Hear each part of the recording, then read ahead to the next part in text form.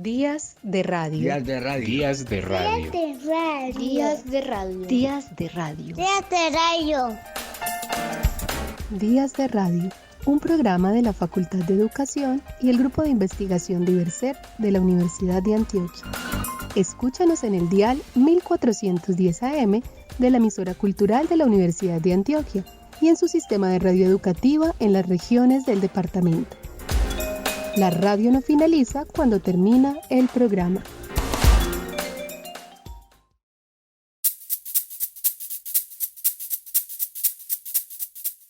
Hola, les damos la bienvenida a Días de Radio. Tenemos hoy un programa para servir a manteles, chuparse los dedos y tomar conciencia de la comida, los alimentos, las tradiciones. Es un programa para pensar la cocina como alquimia y amalgama, como expresión de búsquedas y hallazgos, como el caso de la cocina intuitiva de la que Lucas Posada nos cuenta sus propósitos, relaciones y pretensiones de construir un proyecto bioalimentario para la humanidad. Judy Andrea Gómez lee 2 fragmentos del libro En Casa, una breve historia de la vida privada de Bill Bryson, quien cuenta con atención lo que dice la cocina para relatar costumbres culinarias e irrupción de productos. En su voz conoceremos cómo el trigo conquistó las mesas y cómo el maíz de los mesoamericanos fue domesticado para llegar a nuestra gastronomía y en forma de fécula a diversos sectores y usos. Juan Carlos Camiña nos hace un recorrido por algunos elementos de la cocina ancestral arequipeña. Y Marta Lorena Salinas lee algunos consejos, reflexiones e ideas sobre la cocina del genio universal Leonardo da Vinci. La cocina local se presenta en forma de consejos y recorridos. Luz Mary y Luis Eduardo comparten con nosotros los trucos para que los frijoles y el sancocho queden de rechupete. Lina Guisao, empanadóloga profesional, nos revela la ubicación de las mejores empanadas en Medellín. Es un programa hecho a fuego lento, con hierbas y condimentos milenarios, para hacer de un plato exquisito. Está servido para ustedes Días de Radio.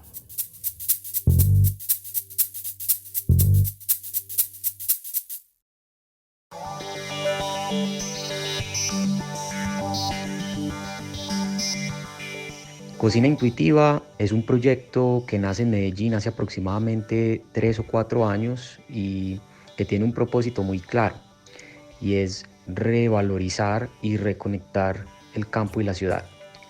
En ese orden de ideas, Cocina Intuitiva busca darle un nuevo sentido a la alimentación, basados en el conocimiento y la valoración de la culinaria y la agricultura, comenzando por las familias y pasando por los jardines infantiles. Nos parece que es de suprema importancia recobrar ese espacio de la hoguera, del hogar, para poder desde ahí alimentarnos a nosotros mismos, alimentar a nuestras familias y creciendo en ese número de personas que podemos alimentar. Nuestro propósito macro es el de habitar un sistema alimentario que promueva la diversidad biocultural y que nos brinde alimentos sanos para todos, todas y todo.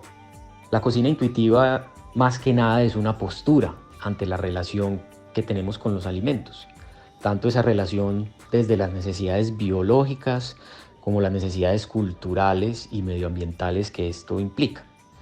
Y parte de la necesidad de alimentarnos bien para nosotros mismos, escuchando nuestro cuerpo, para poder también entonces alimentar a nuestras familias. Y por eso creemos que cocinar intuitivamente es escuchar el territorio.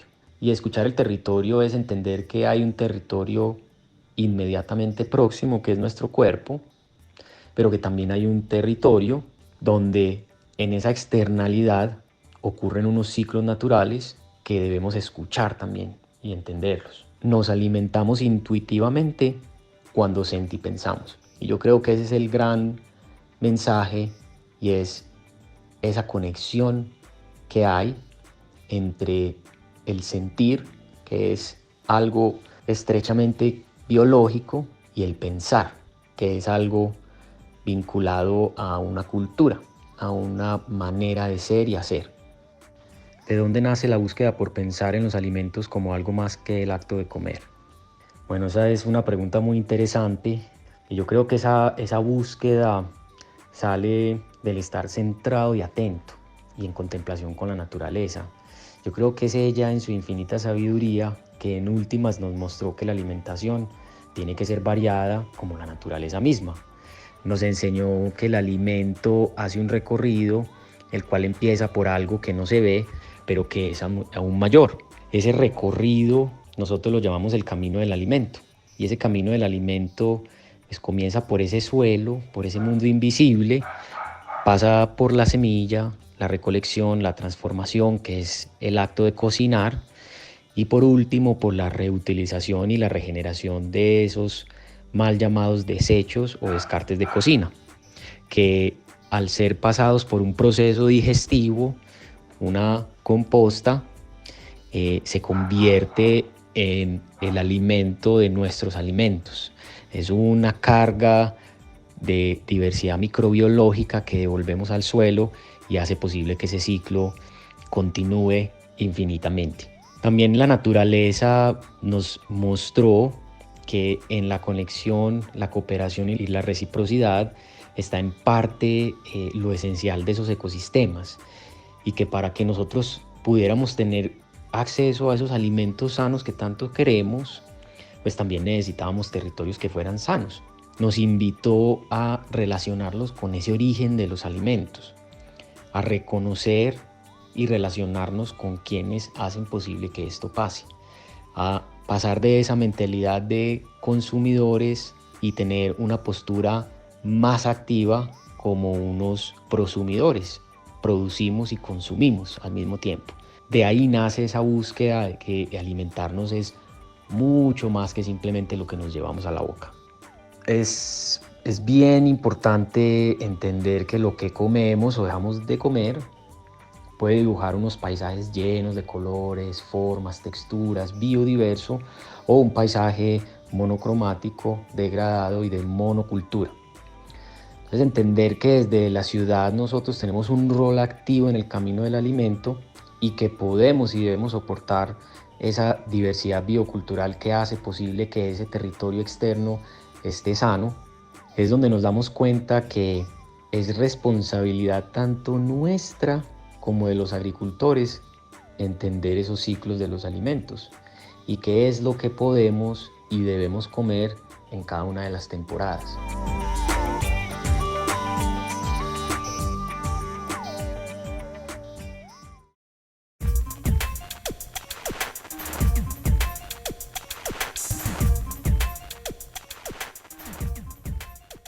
Mi nombre es Judy Gómez y voy a leerles algunos apartados del libro En casa, una breve historia de la vida privada del escritor Bill Bryson. Conseguir alimento a partir de plantas es un trabajo difícil. La conversión del trigo, el arroz, el maíz, el mijo, la cebada y otras hierbas en alimento normal y corriente es uno de los grandes logros de la historia de la humanidad, pero también uno de los más inesperados. Basta con pensar en el césped que puede tener en su jardín para darse cuenta de que la hierba en su estado natural no es un alimento evidente para seres no rumiantes como nosotros. En nuestro caso, convertir la hierba en algo comestible es un reto solucionable única y exclusivamente a través de abundante y cuidada manipulación y prolongado ingenio. Piensa en el trigo. El trigo es inútil como alimento hasta que se convierte en algo mucho más complejo y ambicioso como el pan, y eso requiere muchísimo esfuerzo. Alguien debe primero separar el grano y molerlo hasta convertirlo en polvo. Después, convertir ese polvo en harina. Luego mezclar esa harina con otros componentes como la levadura y la sal para formar la masa. Después hay que trabajar la masa hasta conseguir que adquiera una determinada consistencia y finalmente el resultado debe hornearse con precisión y cuidado. La posibilidad de fracaso solo en este último paso es tan grande que en cada sociedad en la que está presente el pan, la cocción del mismo ya se ha encomendado a profesionales desde épocas muy tempranas.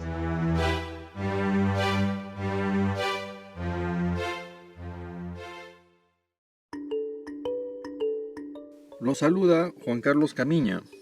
Los quiero invitar a esta maravillosa e inolvidable experiencia tanto de nuestra cocina como de nuestro arte en Perú, específicamente en la ciudad de Arequipa. Yo soy escultor en madera, con eso me he dedicado a hacer hace muchos años el trabajo en la labor de la madera, el labrado de la madera, el tallado de la madera y la escultura. El mismo que me ha llevado por diferentes países, haciendo exposiciones y propuestas de nuestro arte peruano, arequipeño.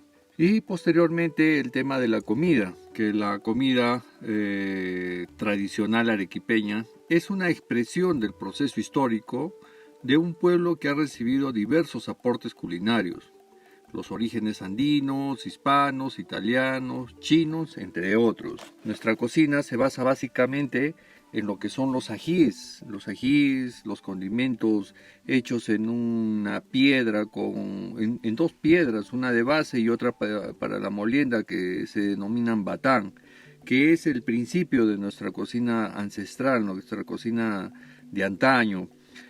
Cocina que ha participado en diversos países, llevando sus aromas o sus sabores. Tenemos, como les repito, influencias extranjeras, y todo esto es un amalgamamiento y una fusión, podría decirse así, de sabores.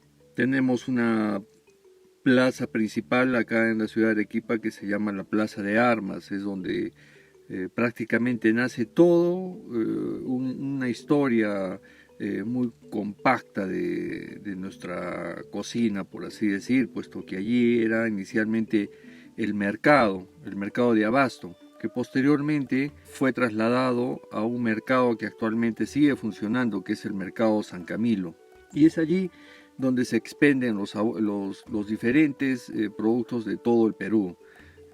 Ahora, con la ayuda del gobierno, se han abierto las nuevas vías de tránsito, en el cual podemos contar con todos estos insumos de todas las regiones de nuestro Perú, que contamos con 3, costa, sierra y selva. Normalmente siempre nosotros teníamos aquí en la ciudad solamente las temporadas que podía presentarse algunos productos, más no todos, ¿no? Ahora tenemos granos, tenemos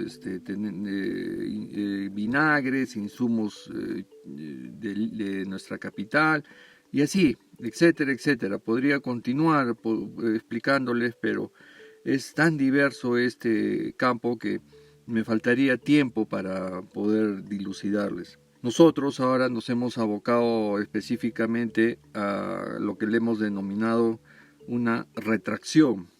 Por el tema de la pandemia que estamos atravesando a nivel mundial, nosotros hemos hecho una retracción en el cual nos estamos acondicionando a las nuevas tratativas, los nuevos lineamientos que nos está dando esta enfermedad.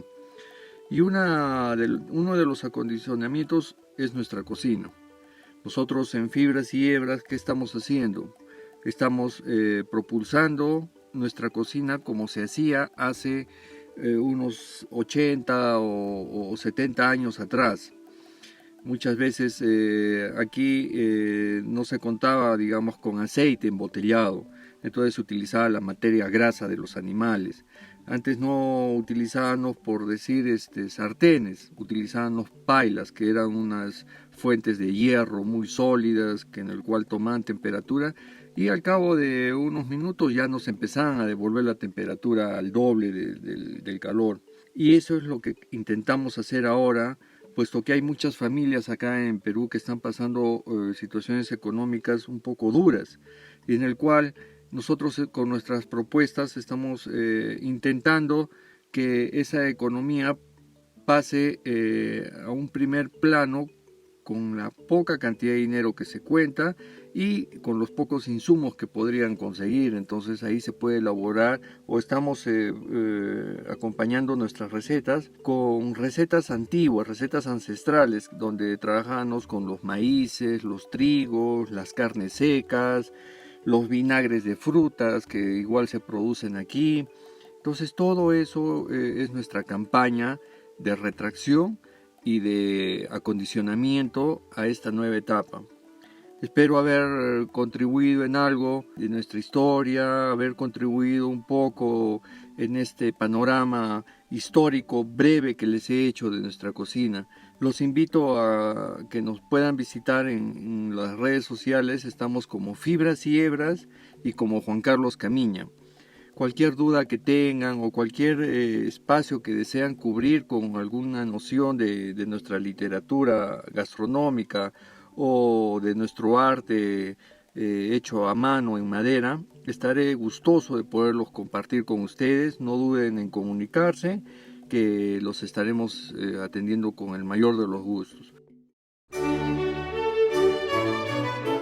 Voy a leer algunos apartados del libro Apuntes de cocina de Leonardo da Vinci. Leonardo da Vinci es una de las más brillantes personalidades del Renacimiento y de la historia de Occidente. Nació en la aldea de Da Vinci en 1452 y su vida está llena de una infinita curiosidad y un gran afán por el conocimiento.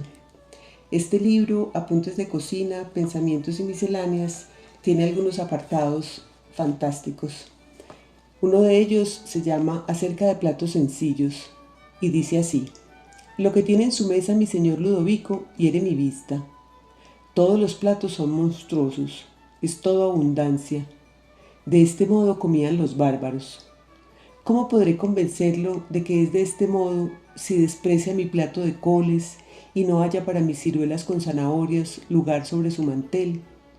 Porque hay en una sencilla col más belleza y en una pequeña zanahoria más dignidad que en 12 recipientes de oro llenos de carne y huesos. En una vieja ciruela hay más delicadeza y en 2 habas verdes más alimento. ¿Qué es lo que debo hacer para que mi señor Ludovico vea esto? Mi señor tiene que reconocer y descubrir la cualidad de la simplicidad, y no él solo, sino todos los pobladores de la tierra. ¿Qué es lo que hacen los de Lombardía cuando cocinan un pastel de conejo? Desvirtúan el sabor del conejo agregándole otras 4 carnes, el jugo de 20 frutas y una docena de hierbas. Y el pastel de conejo podría perfectamente ser de alondra, de cerdo o de tordo. Y los de Toddy, cuando preparan aquello que llaman plato de ranas, ¿qué cantidad de ranas le agregan? Solo 1/10 parte son ranas y el resto son hierbas, aceites, caldos de cerdo, cremas, hongos y frutas, y todo ello envuelto por polenta, de modo que los de Toddy sienten culpa a causa de ese plato y buscan ocultar su vergüenza ante aquellos a quienes se lo ofrecen. Afirmo que si usted sirve una rana, debe saber a rana y verse como una rana. Si sirve usted un conejo, debe saber a conejo y verse como eso. En lo referido a mi señor, si lo que él quiere es un plato de carne con huesos, debe verse como eso y no como un amasijo irreconocible sumergido en una salsa inexpugnable, sino pedazos de carne limpia rodeados por huesos estéticamente dispuestos. Sin embargo, hay en las cocinas de mi señor hombres que lograrían ocultar el sabor y apariencia de cada cosa pura que crece sobre la tierra. Hasta que puedan las cocinas de mi señor Ludovico liberarse de esa clase de descendientes de bárbaros, o hasta que yo sea capaz de mostrarles su error y enseñarles la belleza que hay en una sencilla col, en una simple zanahoria o en un hueso sin adornos, la mesa de mi señor Ludovico seguirá viéndose como hasta hoy. El otro apartado hace parte acerca de una opción para los sucios manteles. Después de observar atentamente los manteles de mi señor, cuando los invitados ya se han retirado del salón, y hallándome frente a tan desoladora escena que recuerda los resultados de una gran batalla, me parece prioritario, antes que cualquier retablo o caballo, encontrar una alternativa para conservarlos limpios. Ya he encontrado una. Creo que en la mesa debería haber para cada uno tener su propio paño, que una vez sucio de limpiar en él las manos y los cuchillos, podría doblarse para no profanar la imagen de la mesa con tal suciedad. Sin embargo, ¿qué nombre daré a este paño y de qué modo lo presentaré? Me parece indigna de los tiempos presentes la costumbre de mi señor Ludovico de atar conejos a las sillas de los invitados para que ellos puedan limpiarse la grasa de las manos en el lomo de los animales. Además, cuando después de la comida los animales son recogidos y llevados al lavadero, contaminan la otra ropa con la que se les lava con su hedor. Asimismo, tampoco puedo comprender la costumbre que tiene mi señor de limpiar su cuchillo en la ropa de sus compañeros de mesa. ¿Por qué no lo hace como el resto de los miembros de la corte en el mantel? Y este último apartado es acerca de los procederes indecorosos en la mesa de mi señor Ludovico.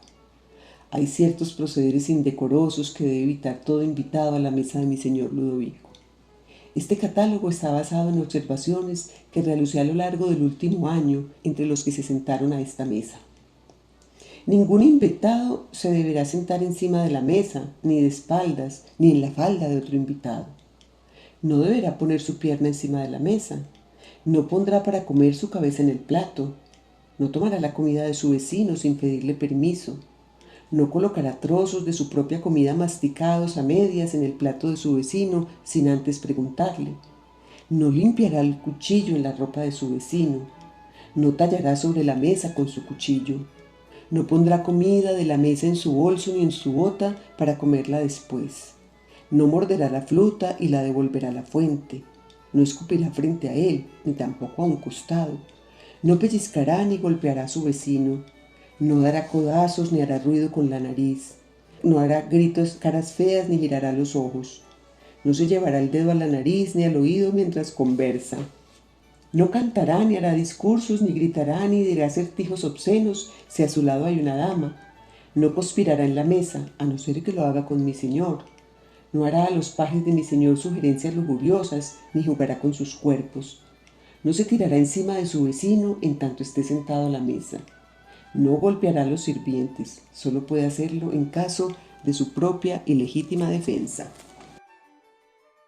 Yo soy Luz Mary Gómez. La clave para hacer unos buenos frijoles, se cogen los frijoles y se lavan bien. Se echan a remojar en una olla con bastante agua. Al otro día se ponen a hervir hasta que estén blanditos. Cuando ya estén blanditos se le echa los verdes picaditos y se licúa zanahoria y se le echa ese licuado de zanahoria a los frijoles, se revuelve bien y se tapan a cocinar. Cuando ya estén, se les echa un hogado. Yo soy Luis Eduardo Rodríguez. Para un mejor sancocho, que no le quede claro el caldito, le recomiendo licuarle un pedacito de yuca y un platanito y una papita, y usted se toma un caldo espesito, sabroso, que le queda agradando toda la vida al paladar. Los mesoamericanos fueron los mayores cultivadores de la historia, pero de todas sus numerosas innovaciones hortícolas, ninguna ha sido más importante o inesperada como la creación del maíz. Seguimos sin tener ni idea de cómo lo hicieron. Si observamos las formas primitivas de cebada, arroz o trigo y las comparamos con sus contrapartidas modernas, vemos enseguida las afinidades. Pero el maíz salvaje no se parece en nada al maíz moderno. Genéticamente, su pariente más próximo es una hierba muy fina llamada teosinte, pero más allá del nivel similar de cromosomas no existe parentesco visible. El maíz crece en forma de robusta mazorca en un único tallo y sus granos quedan encerrados en el interior de una cáscara rígida y protectora.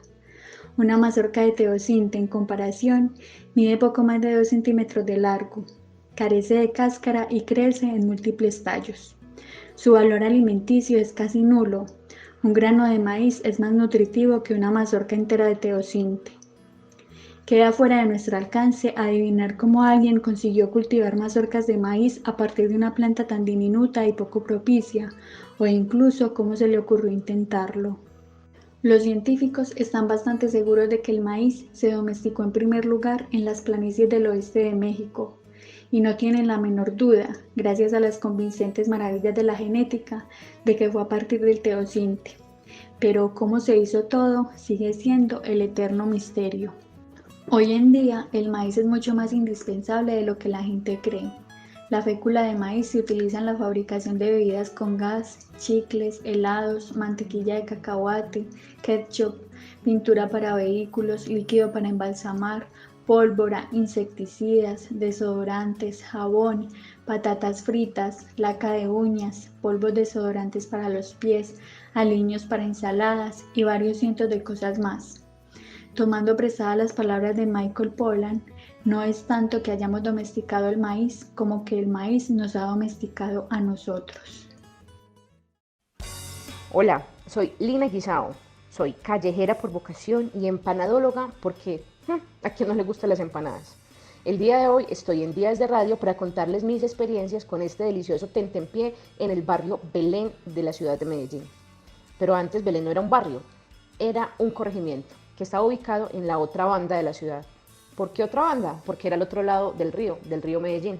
Y es que ahí se fueron asentando muchas familias tradicionales de lo que era conocido como la colonización antioqueña y fueron trayendo deliciosas recetas de todo el departamento y de todo el país, entre ellas las empanadas. Es que ¿quién no conoce una empanada? Se han creado escuelas, se han creado iglesias, se han creado convites, que son todas esas cosas comunes entre los vecinos para poder construir carreteras, planchones de las casas y todo a punta de empanadas. La empanada es algo que viene incluso desde Arabia, viene del Medio Oriente la empanada y consiste en envolver en pan, por eso se llama empanar, porque ahí se conservaba la comida más tiempo, porque se envolvía en una tortilla de maíz. Ahora, ¿qué relación tiene Belén con las empanadas? Yo no sé qué pasa en esa comuna, que es la comuna 16, pero allá hay muchas empanadas donde usted vaya. Una de ellas, por ejemplo, es una cuadra arriba del Parque de Belén por la carrera 30A. En este lugar usted puede encontrar al empanadólogo, un señor que desde hace mucho tiempo se dedica desde hace realmente 20 años a hacer empanadas solito. Él mismo hace el maíz, él mismo hace el guiso, él mismo hace el ají. Pero también existe algo muy bacano que es en el barrio Belén Las Playas, donde para mí son las mejores empanadas de toda la ciudad, de todo el mundo, me encantan. Esas empanadas tienen una receta que ya llevan 40 años y son las empanadas de Memo. Cuando recomiendo esas empanadas a alguien, nunca defraudo, siempre les gusta. Cuando vienen extranjeros, cuando vienen amigos, nunca los llevo a restaurantes a manteles, siempre los llevo a comer empanadas donde Memo y quedo súper bien parada porque la delicia es incomparable. ¿Y cómo uno puede realmente catar una buena empanada? Pues realmente son 3 ingredientes fundamentales. El primero, que la masa sea crocantica, que cuando tú la muerdas se sienta el crunchy. Eso es muy importante porque dice que la empanada primero es fresca, pero además que tiene unos ingredientes muy especiales. Por ahí me comentaron las abuelas que esos ingredientes puede ser el almidón de yuca que hace que se tueste. Hay personas, y a mí me encanta, que le echan un poquito de panela a la masa para que quede ese sabor dulzongo. Quienes conocen de la gastronomía antioqueña sabrán que, por ejemplo, hay un lugar que se llama Cocoroyo que tiene ese tipo de ingrediente que es una masa dulzonga. Pero eso no es suficiente, también es necesario un buen guiso. Y aunque es natural que me guste el guiso porque mi apellido es Guisao, es también importante recordar que un guiso no es solito papa, sino que también es necesario que haya tomate, cebollita, comino. El comino es muy importante para el guiso. Hasta ahí hay 2 ingredientes, pero falta un tercero, y es un matrimonio indisoluble, el matrimonio más duradero de la gastronomía, y es el ají con la empanada. Es que el ají le da ese complemento sabroso para que pique la lengua, pero además como para que se siente ese limoncito delicioso que se escurre por todo el guiso y se me hace agua a la boca. Quisiera irme a comer una empanada de Memo ya. Entonces, definitivamente toda la ciudad tiene sus punticos de empanadas. Por ejemplo, las empanadas de la Catedral en el barrio La Frontera. Por ejemplo, las empanadas de la Carrera 68 en Castilla. Por ejemplo, las empanadas de pita con todo en el centro de la ciudad. Las empanadas es un punto de encuentro, es una excusa para decirle a alguien que te cae bien, entonces compartamos una empanada. Y bueno, ¿cuál es la que más te gusta a vos? Días de radio. Días de radio. Días de radio. Días de radio. Días de radio. Días de radio. Días de radio, un programa de la Facultad de Educación y el Grupo de Investigación Diverser de la Universidad de Antioquia. Escúchanos en el dial 1410 AM de la emisora cultural de la Universidad de Antioquia y en su sistema de radio educativa en las regiones del departamento. La radio no finaliza cuando termina el programa.